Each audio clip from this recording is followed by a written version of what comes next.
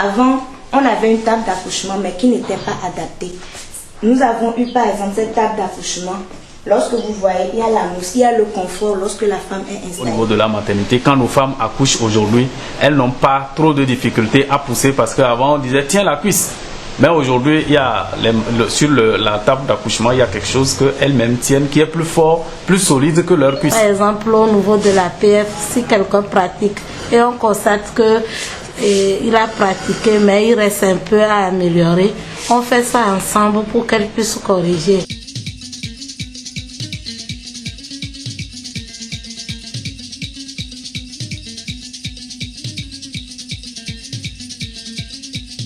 Le Togo est composé de 6 régions sanitaires. Du sud au nord, nous avons la région de Lomé commune, la région maritime, région des plateaux, région centrale, région de la Kara et la région des savanes. Après une évaluation commanditée par le ministère de la Santé et de l'Hygiène publique qui a sillonné ces 6 régions, il est ressorti qu'au niveau de la région de la Kara, il n'y a presque pas de partenaires qui travaillent dans le domaine de la santé de reproduction. Il y a également des besoins en matière de santé de reproduction. Surtout, la mortalité maternelle, infantile et néonatale est élevée.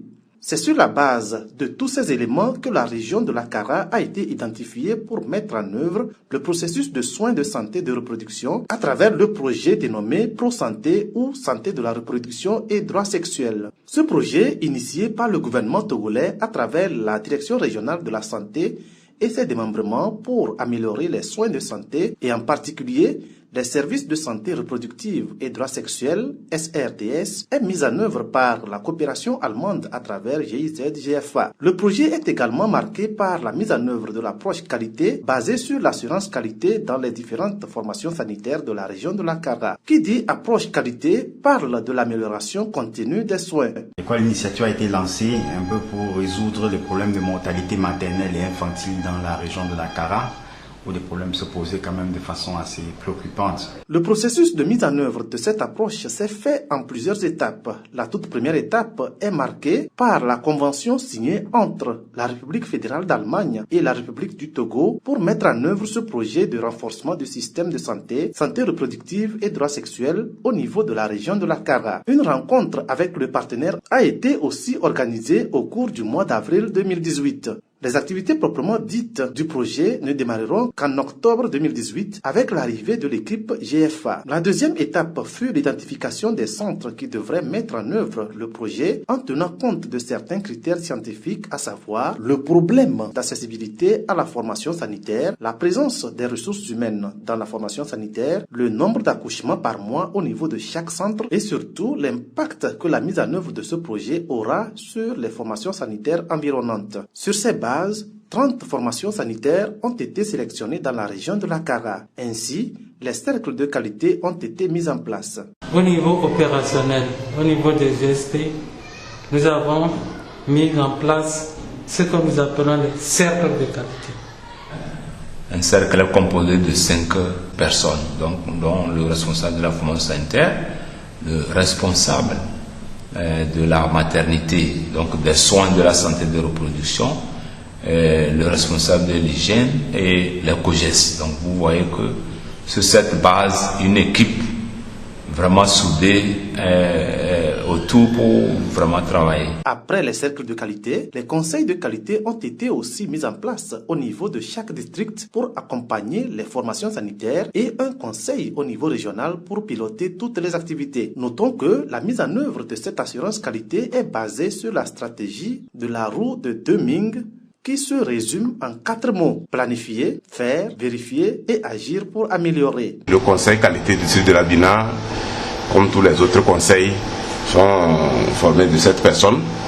Nous avons le président, le responsable qualité et son adjoint, les rapporteurs, ils sont 2, et 2 mobilisateurs, dont je fais partie des mobilisateurs dans le conseil qualité district. Le conseil de qualité avait pour rôle essentiel de procéder aux cotines, aux évaluations externes des membres des cercles pour essayer d'évaluer, n'est-ce pas, l'état d'avancement des approches ou bien du processus et aussi de formuler des recommandations pour améliorer. L'approche qualité donc, vise vraiment nécessairement à ce que nous menions des actions. Nous identifions tous les besoins et les attentes des clients afin de pouvoir œuvrer donc, à leur satisfaction. Les activités de la mise en œuvre de l'approche qualité dans les formations sanitaires ont été marquées par des dons de matériel nécessaires au fonctionnement des formations sanitaires. Ceci pour renforcer leurs équipements nécessaires aux différentes prestations. Ainsi donc, certaines formations sanitaires ont bénéficié de vidoirs nécessaires à l'évacuation, des sous-produits, des accouchements, des autoclaves pour stériliser les outils, des lits d'accouchement et bien d'autres équipements. Du matériel de pose de DIU, de la pince à retrait, surtout pour la pince à retrait, ça nous facilite vraiment la tâche parce qu'avant, c'est avec n'importe quelle pince, ça ne nous facilitait pas vraiment la tâche. Mais avec le don de la pince, maintenant le retrait des capsules d'implanon et de Jadel, nous nous sentons à l'aise. Ils nous ont donné un stérilisateur que nous utilisons maintenant pour stériliser nos pinces, ce qui ne se faisait pas avant. Bon, même si ça se faisait, c'était avec parfois des moyens un peu classiques, ou soit aussi pénibles, puisqu'il faut transporter le matériel pour amener dans un autre centre pour la stérilisation. Avant, on avait une table d'accouchement, mais qui n'était pas adaptée. Nous avons eu par exemple cette table d'accouchement. Lorsque vous voyez, il y a la mousse, il y a le confort lorsque la femme est installée. Et lorsqu'elle veut faire des mouvements, elle n'est plus obligée de se lever ou de s'adosser. Il suffit juste que nous réglons. Et puis, comme ça, elle peut se recoucher ou se lever, s'adosser. Elle peut prendre toutes les positions qu'elle veut. Alors qu'avant, elle était obligée de rester dans une seule position. Et ça la fatiguait, ça ne nous avantageait pas dans notre travail. Il y a aussi le rideau et le traverse. Avant, la maternité était vide, sans respect de la pudeur. Avant, qu'est-ce qu'on faisait? Nous faisons des soins au niveau de la périphérie par rapport à l'utilisation du DUI et on sollicitait le matériel au niveau du district. On finit, on essaie de stériliser au niveau du district et ramener à la formation sanitaire. C'était un tracasserie et lorsque nous avons eu en même temps du coup le Pinel à notre niveau, on fait vraiment le travail pour mieux satisfaire nos clients. Au niveau de la maternité, quand nos femmes accouchent aujourd'hui, elles n'ont pas trop de difficultés à pousser parce qu'avant on disait tiens la cuisse. Mais aujourd'hui, il y a sur la table d'accouchement, il y a quelque chose qu'elles-mêmes tiennent qui est plus fort, plus solide que leur cuisse. Et net, l'accouchement se passe sans difficulté.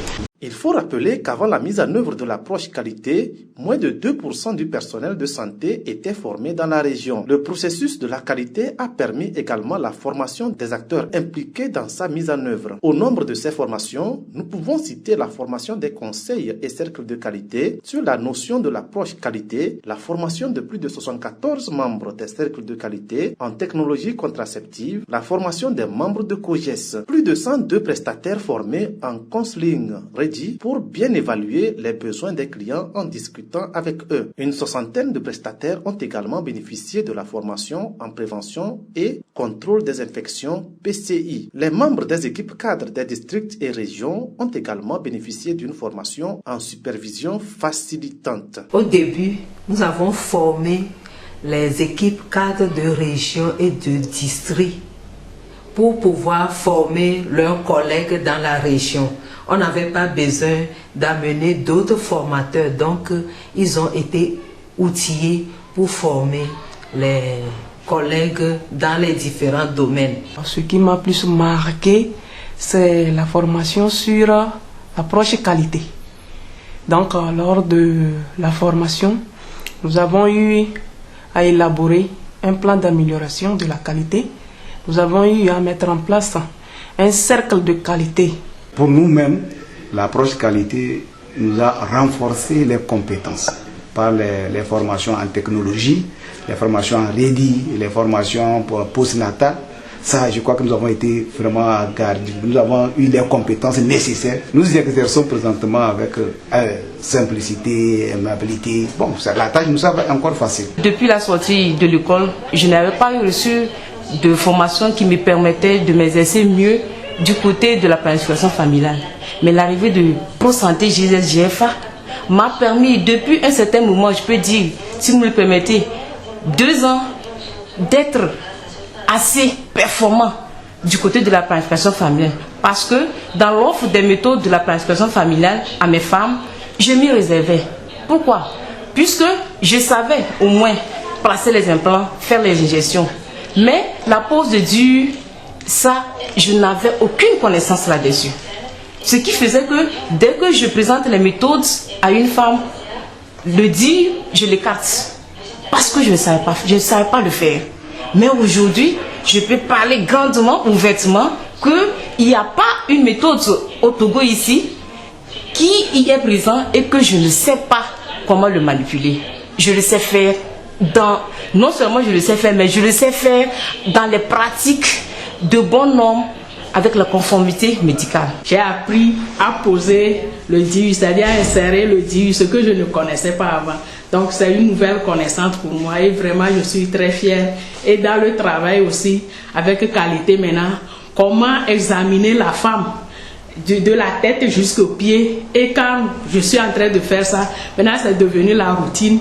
Et je vois que lorsque je fais ça, je découvre certaines choses, même si la femme même est en train de cacher ça, moi je découvre pour pouvoir la prendre mieux en charge maintenant. L'avant Pro Santé, COGES se démerdait, il se débrouillait. Le projet est venu renforcer d'une manière holistique le fonctionnement du COGES parce que le projet nous a formés d'abord sur l'approche qualité et sur le rôle, l'attribution de COGES.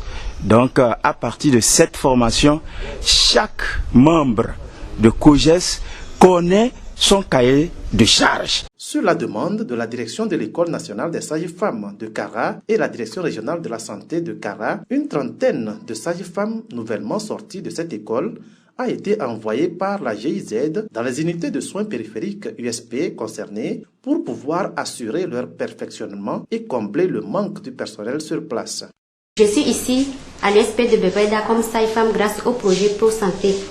Donc j'ai quitté directement l'École nationale des sages-femmes et je suis arrivée ici. Le projet m'a formée en soins pré-postnatales et je suis venue ici pour dispenser ces soins pré-postnatales aux femmes enceintes et aux femmes qui ont déjà accouché. GIZ nous a amené une sage-femme ici, elle est venue nous aider ici. Avant, la sage-femme qui était ici, elle était seule.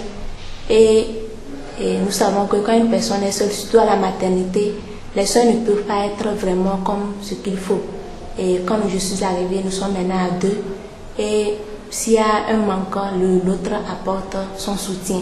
La mise en œuvre de l'approche qualité dans les formations sanitaires de la CARA a permis l'amélioration des infrastructures de celles-ci. De même, il y a la réhabilitation des différentes structures avec parfois beaucoup d'innovations au nombre desquelles le badigeon des bâtiments, la construction des rampes pour permettre un accès facile au centre par les personnes à motricité réduite, la présence des plaques directionnelles indiquant la formation sanitaire ainsi que celles renseignant sur les différents services. Le port systématique de badges du personnel de santé et même des membres de COGES dans certaines localités a été instauré. Et avant, le bâtiment que vous voyez maintenant bien badigeonné, avant ce n'était pas un cadre digne d'un hôpital.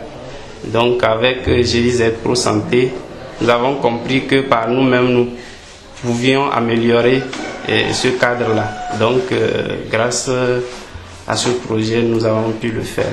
Si vous voyez l'état des portes, au début c'était pas bien.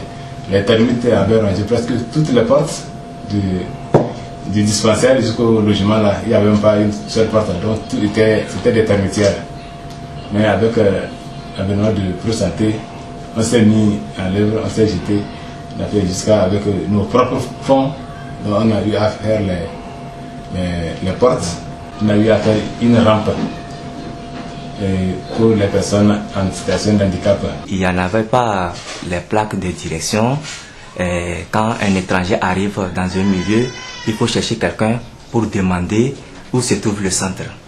Maintenant, cette fois-ci là, il arrive, il y a les plaques, il ne demande personne, il se dirige directement vers le centre. Si vous rentrez actuellement à la maternité, nous avons essayé de mettre sur les papiers RAM où on a imprimé pour coller sur les portes pour dire voilà c'est tel service ou tel service. Avec la qualité, on note plus d'implication de la communauté au plus haut niveau dans la gestion des formations sanitaires. L'information concernant la formation sanitaire est partagée. Les COJES organisent souvent des réunions de restitution avec cette communauté. Cette dernière se sent donc plus impliquée et apporte sa contribution multiforme pour le développement et l'amélioration des prestations de la formation sanitaire. Le rôle de COJES, on a vu que vraiment, ce n'est plus pour venir compter l'argent, c'est pour participer jusqu'à la propriété, impliquer toute la communauté dans l'évolution des centres. Quand on a fait associer le COJES, on a fait impliquer le COJES dans le système,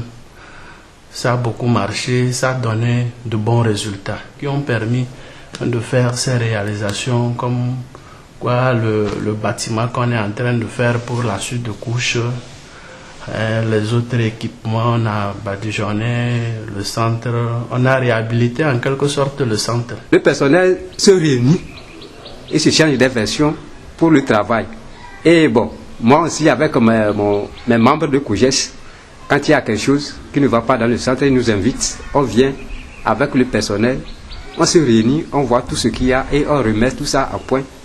Et ce qui nous dépasse, on cherche la hiérarchie, qui est le chef canton, qui est notre chef, et on essaie de résoudre les conflits. Avant l'approche qualité, tout le travail reposait sur une personne, le responsable de la formation sanitaire. Depuis l'avènement de l'approche qualité, nous organisons des réunions de restitution à la communauté, de manière à ce que la communauté sache exactement ce que nous faisons à l'USP.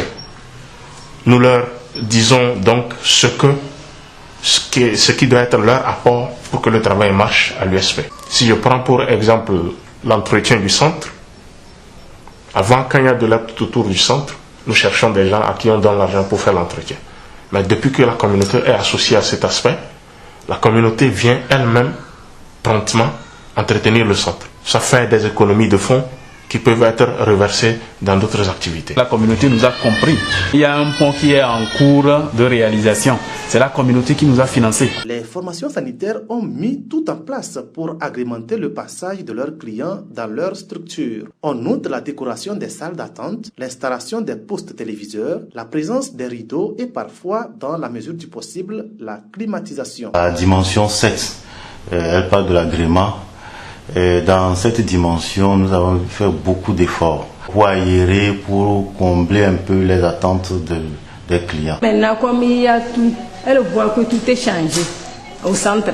Quand elles viennent, il y a la télé. Quand elles viennent, il y a tout. Quand on les appelle de venir arranger, elles sortent avec les balais. Comme il y a les roues ici, les femmes sortent et on arrange autour du centre. La décoration, avant, il n'y avait pas la décoration, là, les rideaux, tout ça, là, il n'y en avait pas. Donc avec ça, là, quand la femme vient, elle est plus à l'aise. Elle écoute bien ce qu'on dit. Elle n'est plus anxieuse comme avant. Et il y a aussi la télévision. Avant, quand au moins s'il y a 2 ou 3 femmes qui arrivent avec une autre, les 2 autres sont là, on lui a poussé les jurons. Donc avec la télévision, quand elles viennent, on est avec une autre, elles autres elles sont avec la télé, elles ne s'ennuient plus.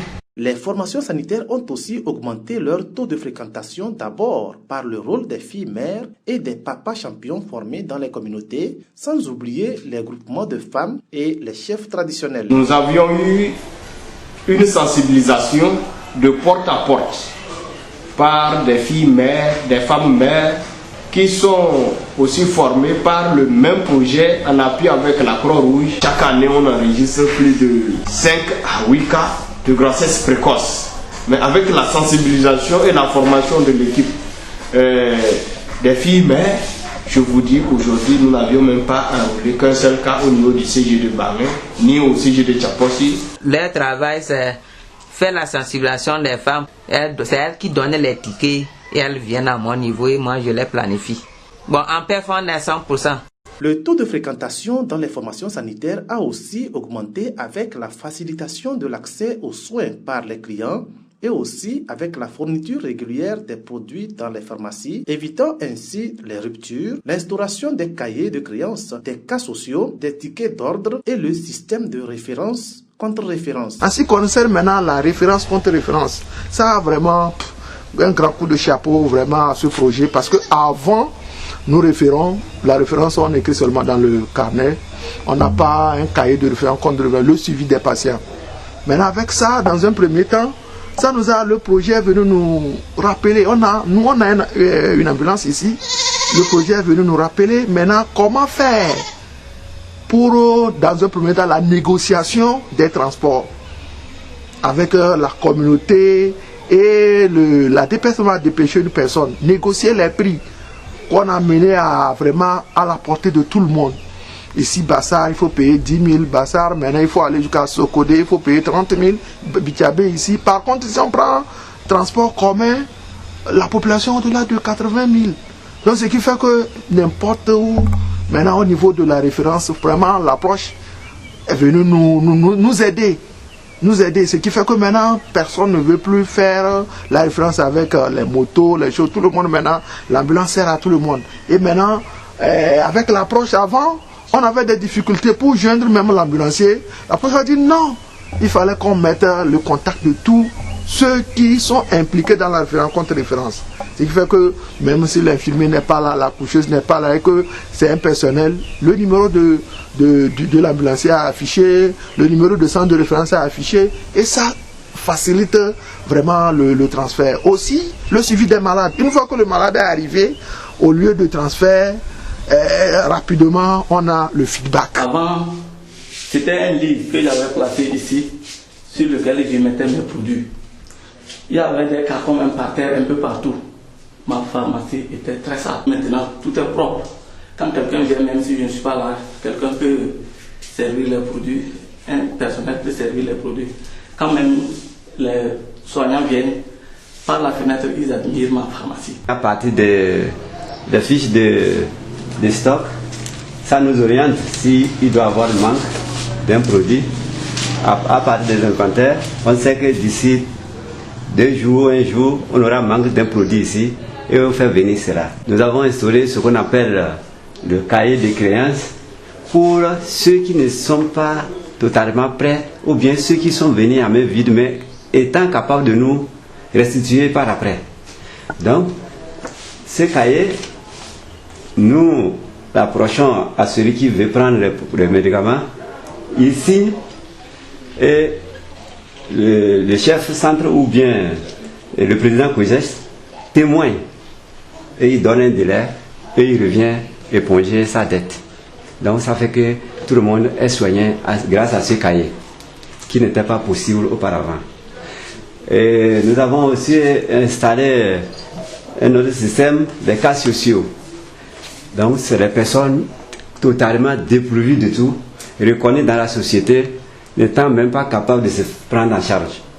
Ceux-là, ce sont les humains comme nous, on ne peut pas les laisser. Nous les traitons. Après le traitement, bon, le centre absorbe cela, puisque personne ne nous remboursera. Ça fait que les gens sont intéressés de venir plus nombreux ici. Avant l'arrivée du projet, il n'y avait pas de ticket pour faire entrer les gens en ordre. Donc il y avait du bousculade et du coup certains n'aimaient pas venir. Quand ils arrivent, on leur donne et ça on les classe en ordre pour les remettre. Donc il n'y a plus à rentrer sur négociation. Nous avons aussi confectionné des tickets d'urgence donc qui sont en rouge. Et quand quelqu'un arrive, nous lui donnons le ticket d'urgence et il rentre. Donc ça fait que maintenant les gens viennent sans avoir peur. Quand son tour arrive, il rentre aisément. Avec la formation en prévention et contrôle des infections des prestataires, on note une amélioration du cadre de travail en termes d'hygiène pour la protection des prestataires et des clients. En témoigne la présence des poubelles, des lave-mains, la réhabilitation et la construction des WC, le port systématique des blouses, des gants, des coiffes et des bottes par les prestataires, l'utilisation judicieuse des autoclaves et des vidoirs. Les voies d'accès de la formation sanitaire, tout est propre. Les formations sanitaires respectent aujourd'hui la gestion des déchets. Quand vous arrivez, vous allez voir qu'il y a 3 types de poubelles. Et ces 3 types de poubelles, bien, chaque poubelle a ses déchets qu'il faut mettre Donc on ne peut pas mélanger les déchets. Il y a des déchets que nous appelons des déchets assimilables aux ordures ménagères. Ça, nous les mettons dans les poubelles de couleur noire. Donc quand vous arrivez dans cette formation sanitaire, vous allez remarquer ça. Il y a aussi une poubelle de couleur rouge. L'autre est destinée aux déchets d'activités de soins à risque infectieux mou. On appelle ça dasserie mou, tel que les tampons souillés, les gants souillés et autres. Donc c'est dans ce type de poubelle qu'on met ces ordures. Il y a aussi les boîtes de sécurité que nous appelons ou bien poubelles jaunes, voilà, qui sont destinées aux OPCT, les objets piquants, tranchants et coupants. Donc c'est dans ces boîtes de sécurité qu'on laisse tous ces déchets-là. On n'arrivait pas vraiment à distinguer les déchets assimilés aux ordures ménagères et les dasseries. Donc avec la qualité de Zomé, on a les poubelles à sachets noirs où on jette les déchets assimilés aux ordures ménagères. On a distinctement les poubelles à sachets rouges où on jette les déchets souillés, c'est-à-dire des dasseries, tels que les cotons, les compresses, les gants souillés et autres. Et on fait également le tri au niveau de... On a les boîtes de sécurité où on jette les objets coupants tranchants. Après l'accouchement, il fallait traîner le sang de la salle d'accouchement jusqu'à dans les sanitaires pour pouvoir vider le sang. Ce n'était pas vraiment hygiénique, ça ne nous protégeait pas, ça ne protégeait pas aussi la population. Donc avec le projet, on a eu à construire juste le vidoir à côté de la salle, dans la salle d'accouchement, où après l'accouchement, tu n'as plus à traîner le sang, tu le vides juste à côté. Vous voyez comment je suis habillé, non? Avant, ce n'était pas ainsi. La qualité exige qu'on soit bien habillé, les blouses, les barrières, surtout la blouse, le port des bottes, autres. Et si vous rentrez avant dans cette salle, il n'y avait même pas de poubelle. Hein? Dans chaque salle, il n'y en avait même pas. Mais avec l'approche qualité, cela nous a permis de mettre dans chaque salle, même dehors, les poubelles. Dans ce processus, on note également le suivi rapproché assuré par le coaching des assistants qualité de santé AQS envoyés dans chaque unité de soins périphériques USP, les évaluations internes et externes régulières qui prennent en compte les différentes dimensions de qualité définies, à savoir l'innocuité, la continuité de soins, la gestion du COGES. Notre rôle, c'est d'assurer la fonctionnalité de ces cercles de qualité. Donc disons que nous avons eu la chance de suivre 3 cercles qualité, à savoir celui de Nadoba, d'eau sacrée et de Bessidin. Donc quand nous allons sur le terrain, nous faisons un travail de fond avec les responsables qualité et les responsables de ces formations sanitaires sur le plan d'amélioration de la qualité qu'ils élaborent, donc nous les appuyons à pouvoir élaborer ces plans d'amélioration. Donc en quelque sorte, on est des stimulus pour pouvoir aider ces cercles-là à pouvoir exécuter leur activité. Le coaching a été un aspect très positif, notamment dans la rédaction des plans. Le coach nous a été très utile et ça a permis, en tout cas moi personnellement, de maîtriser cet aspect-là. Ça fait que même dans mes petits problèmes de famille, je peux faire un plan de résolution au niveau de ma famille pour résoudre certains petits problèmes. Que tout ce que vous voulez faire, il faut le planifier. Donc il faut l'écrire, vous l'exécutez, donc c'est la mise en œuvre. Alors, il faut évaluer, c'est-à-dire contrôler pour voir si ce que vous avez écrit, c'est ce que vous êtes en train de faire. Et si ce n'est pas ça, vous rectifiez. Et si c'est ça, vous agissez pour améliorer. Donc c'est ça qui nous permet maintenant de faire les audits répétitifs par trimestre. Chaque trimestre, les centres pro-santé font les audits.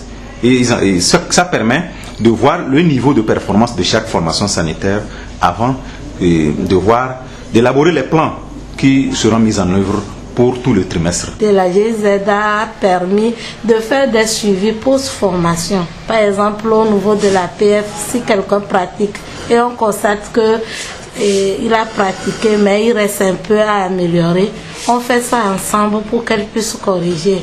L'une des plus grandes innovations dans la mise en œuvre de l'approche qualité a été l'enquête de satisfaction organisée dans les communautés pour constater leur degré d'appréciation de leur formation sanitaire. Selon les résultats de cette enquête, 50% des clients dans la région s'estiment satisfaits des prestations dans leur formation sanitaire. Cette enquête, basée surtout sur les différentes dimensions, a permis aux responsables des cercles de qualité de voir ce qu'il reste à améliorer. Elle a été un miroir pour les différents acteurs impliqués dans la gestion d'une formation sanitaire. Le conseil qualité en appui avec la Croix-Rouge, que les volontaires de la Croix-Rouge, c'est eux qui ont effectué l'enquête, donc, et nous avons fait le suivi et ils ont la supervision de cette enquête de satisfaction. L'enquête SAT qui a été menée par le projet lui-même, et en fonction des résultats, nous avons vu là où nous nous situons par rapport à la satisfaction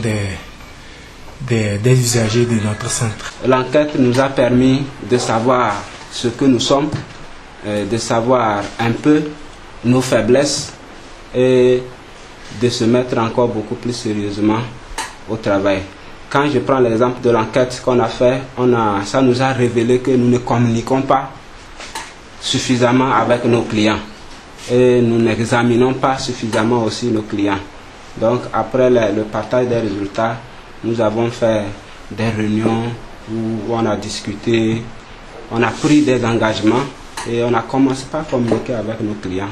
Et je crois qu'il y a des relations beaucoup plus intimes même qui s'établissent entre prestataires et certains clients.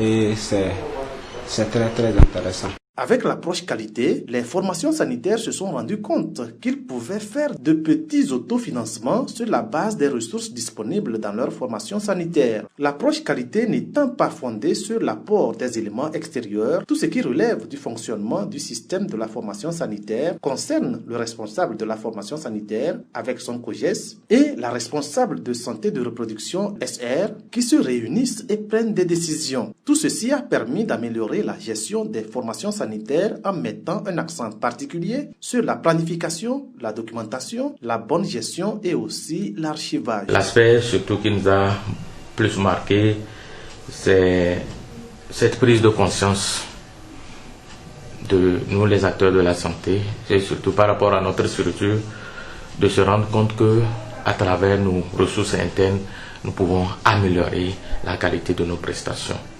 Et vous allez constater de vous-même que tout ce que nous avons réalisé, c'est à partir de nos propres ressources. Donc, le programme nous a en quelque sorte réveillés et nous a permis de mobiliser les ressources à notre sein pour pouvoir réaliser tout ce que vous avez vu.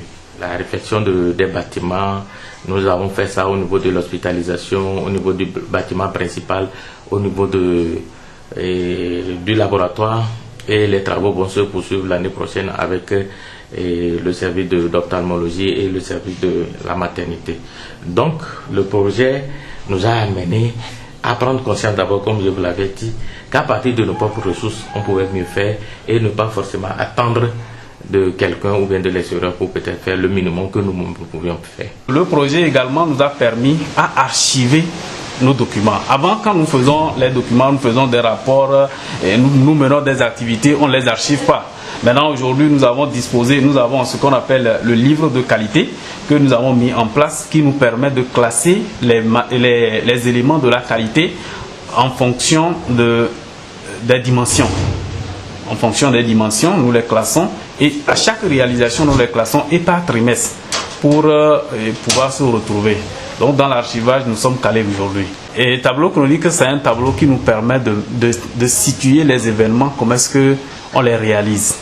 Et ça comporte la carte sanitaire, les photos, les graphiques des activités que nous avons réalisées. Je veux parler par exemple de CPN, consultation externe, de l'accouchement, des méthodes de planification que nous avons réalisées. On fait le graphique et on affiche tout. On a fait un tableau de suivi que nous avons mis sur le tableau et que à chaque moment nous arrivons à suivre les activités que nous menons. Si nous avons programmé une activité pour faire au cours du mois de mai par exemple, on suit au cours du mois de mai, là nous suivons cette activité à travers notre tableau chronique.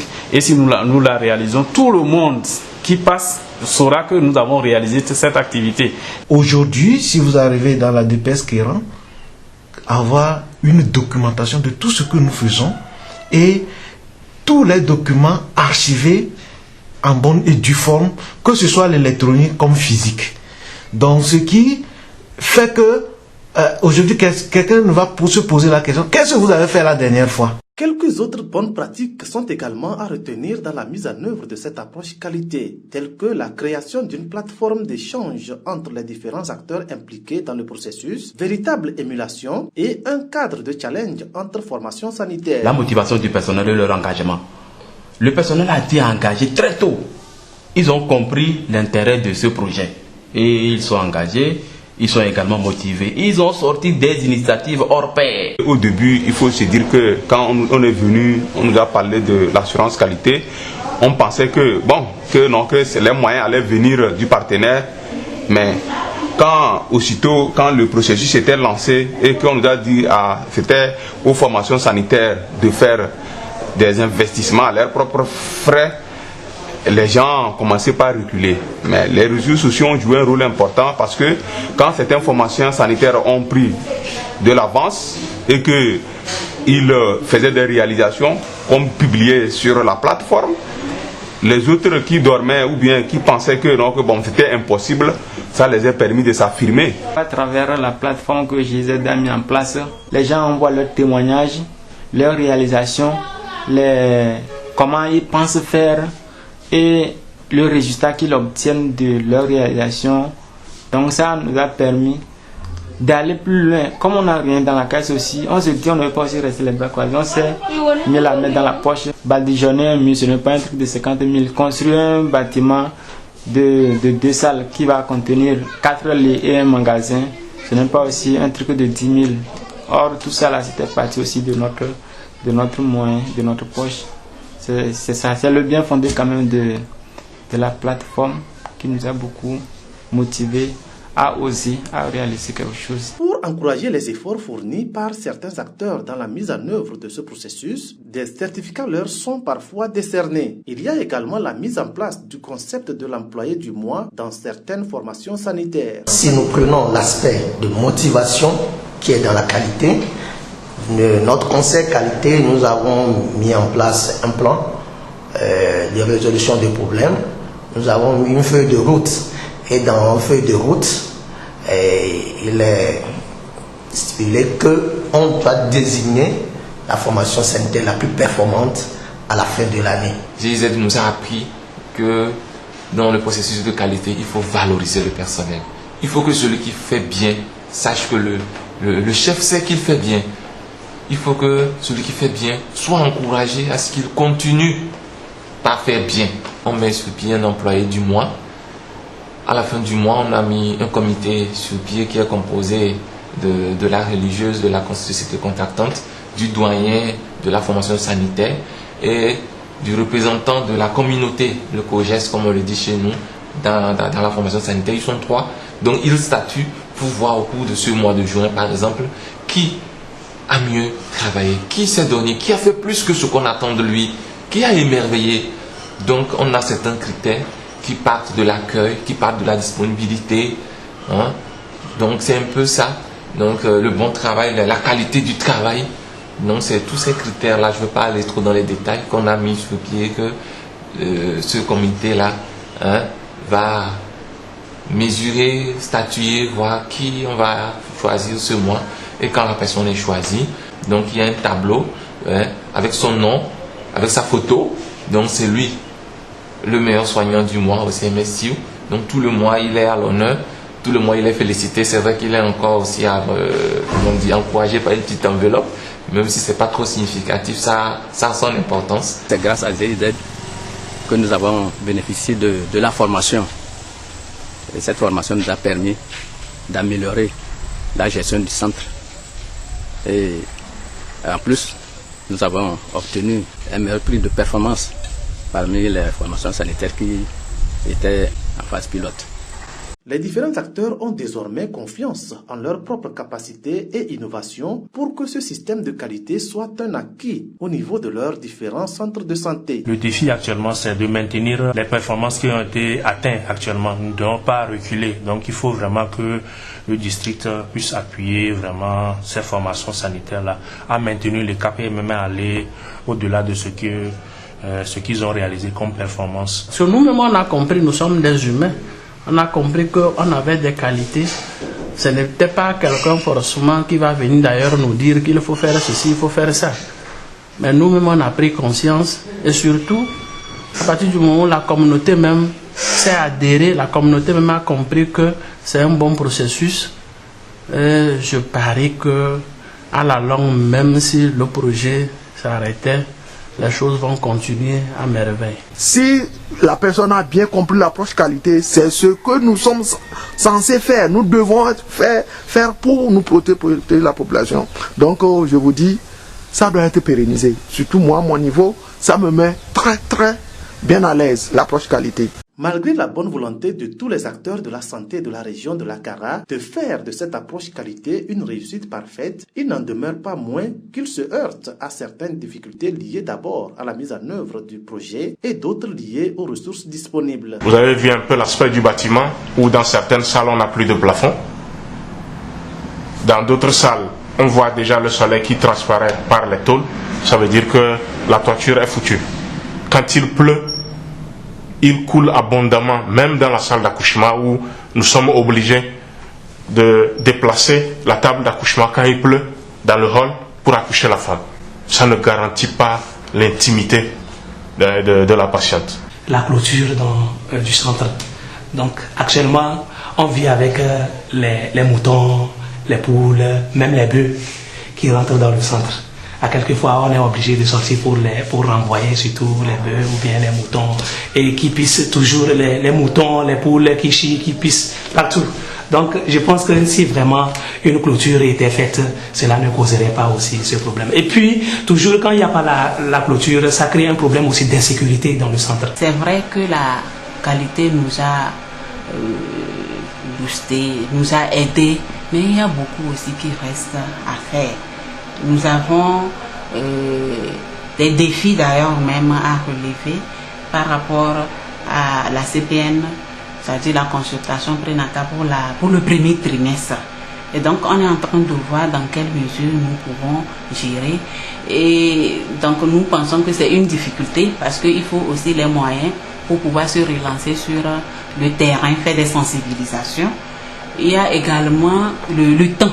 C'est presque les mêmes personnes aussi qui sont là pour les activités de routine, les activités de qualité. Sur les 11 personnels que nous sommes, il n'y a que 2 sur le budget général et la sage-femme qui est recrutée par GIZ Pro Santé.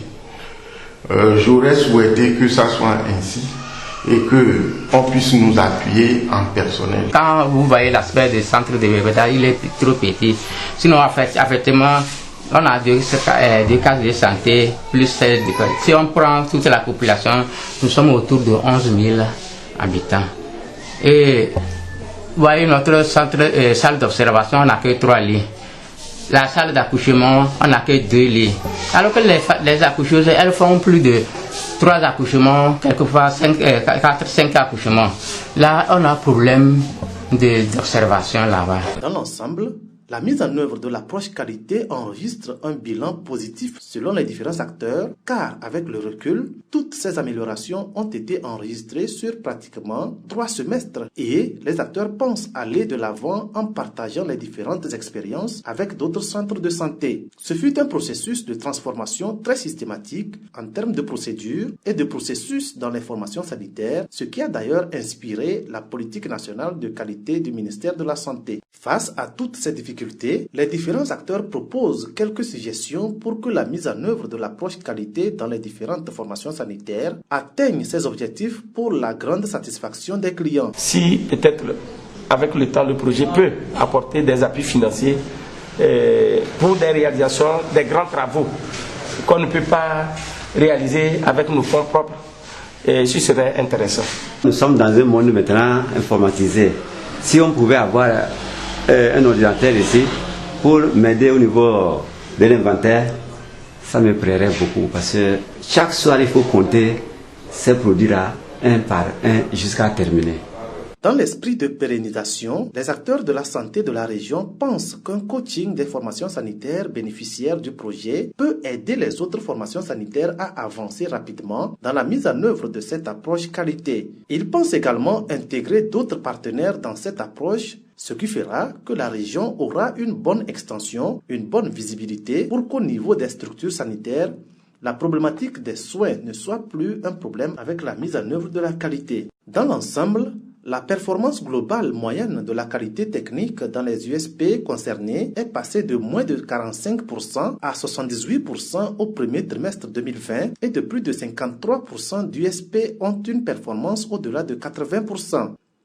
La qualité ressentie par les clients est de 50%. Les acteurs estiment qu'il y a encore du chemin à faire en termes de qualité. La réussite de la mise en œuvre de l'approche qualité dans la CARA vient de l'engagement de tous les acteurs impliqués dans le processus, l'engagement et la confiance de l'État togolais à travers la signature de la convention, l'engagement du partenaire GIZ-GFA, la direction régionale de la santé de la CARA, les directions préfectorales à travers les conseils de qualité, les formations sanitaires à travers les cercles de qualité. Vu les résultats de la mise en œuvre de cette approche qualité dans les différentes formations sanitaires de la CARA, tous les acteurs et bénéficiaires ne peuvent que s'estimer heureux et reconnaissants du chemin parcouru. Un grand remerciement à l'endroit de GIZ qui nous amène l'approche qualité parce que aujourd'hui vous êtes arrivés ici, vous avez vu que notre centre a été réhabilité et nous-mêmes nous aimons la qualité. Donc si GIZ n'était pas derrière nous, il y aura beaucoup de négligence. Comme GIZ est là, chaque fois il y a des évaluations, ça nous pousse à améliorer davantage. Nous sommes 9 dans le district à mener l'approche qualité. Nous tous nous efforçons pour occuper la première place. C'est ça qui nous donne un coup de pouce pour pouvoir améliorer et être en première position dans le district. Juste pour remercier les bailleurs qui ont financé le projet GIZ et les partenariats qui ont tous mis la main pour que le projet là vienne au secours aux communautés les plus pauvres et leur rehausser la pente. Je remercie tous les acteurs de nos partenaires GIZ, tous les acteurs du district, parce que lorsque le projet est arrivé, si on ne se donne pas, je crois que ça ne serait pas une réussite. Donc merci à tous ceux qui nous aident pour pouvoir améliorer nos activités. Nous disons vraiment un sincère merci aux initiateurs du projet Pro Santé parce que c'est un projet qui a vraiment apporté un plus au niveau des centres et l'amélioration est très remarquable côté PCI. La satisfaction du client se fait déjà par sentir parce que aujourd'hui quand on arrive dans un centre, le centre est propre et on a plus envie de fréquenter. Tout ce qui a été mis en place, tout le dispositif et tous les conseils que qualité nous a vraiment donné. Et nous, on a appris beaucoup de choses. Avant, on peut mener des activités sans laisser des traces, mais aujourd'hui, tout ce que nous faisons, nous laissons des traces. Et nous avons mis en place des équipes qui interviennent régulièrement et journalièrement dans les activités du centre. Et vraiment, nous avons vu que la qualité des soins a été vraiment d'une grande importance et continue d'être une importance pour nos formations sanitaires. Et donc nous disons sincèrement merci et à ce partenariat, à cet appui dans nos formations sanitaires. Je voudrais encore remercier tous les responsables des formations sanitaires, toutes les sages-femmes, les accoucheuses, toutes les personnes au niveau des formations sanitaires qui très vite ont compris l'intérêt de cette initiative et qui ont travaillé vraiment d'arrache-pied avec beaucoup de détermination, beaucoup d'engagement pour que ce processus prenne corps. Parce que en fait, c'est quelque chose qui vraiment... Toutes ces transformations ont eu lieu en moins de 15 mois. Et ça, c'est vraiment un record de voir comment les gens peuvent adhérer à un processus. En fait, ils adhèrent parce que dès le départ, ils ont pressenti et ils ont vu les problèmes qu'ils avaient, ils ont bien identifié les problèmes qu'ils avaient et ont compris que ce processus peut les aider à améliorer et à changer des choses. Et ils ont vu tous ces changements sous leurs yeux. Et donc, en moins de 15 mois, tout le monde a vu toutes ces transformations. Et je ne peux que remercier tous les acteurs qui ont participé à ça, la direction régionale de la santé, tous les DPS, et tous ces responsables des formations sanitaires, mais aussi avec l'appui du ministère de la Santé, parce qu'on a bénéficié de l'appui de différentes directions du ministère de la Santé, de la coopération allemande maintenant, qui met tous les moyens et met toutes les orientations pour que tout ce processus se passe très bien. Donc je peux remercier tout ce monde-là. Je voudrais très sincèrement remercier l'État togolais, donc à travers le gouvernement du Togo, et remercier aussi le gouvernement allemand. C'est par le consensus des deux gouvernements que le projet a été possible au niveau de notre région. Donc je n'oublie pas notre ministère de la Santé et de l'Hygiène publique qui a fait de la qualité des soins son bâton de pèlerin. Et les acteurs que vous êtes, tous ceux qui aident à ce que l'information aussi va de l'avant, ont aussi leurs remerciements. Les agents de santé, le conseil de qualité et le partenaire, donc la GIZ, l'équipe de GFA qui est sur place, qui nous accompagne. Une note d'espoir cependant pour les autres formations sanitaires. Avec l'appui de la coopération allemande, il y aura une phase consécutive qui prendra en compte une 50aine de formations sanitaires dans la région afin que l'approche qualité couvre toute la région pour la plus grande satisfaction des communautés. La grande leçon à retenir au cours de la mise en œuvre de cette assurance qualité est que la meilleure ressource pour faire la qualité dans une communauté n'est pas que de l'argent, mais surtout l'adhésion des hommes.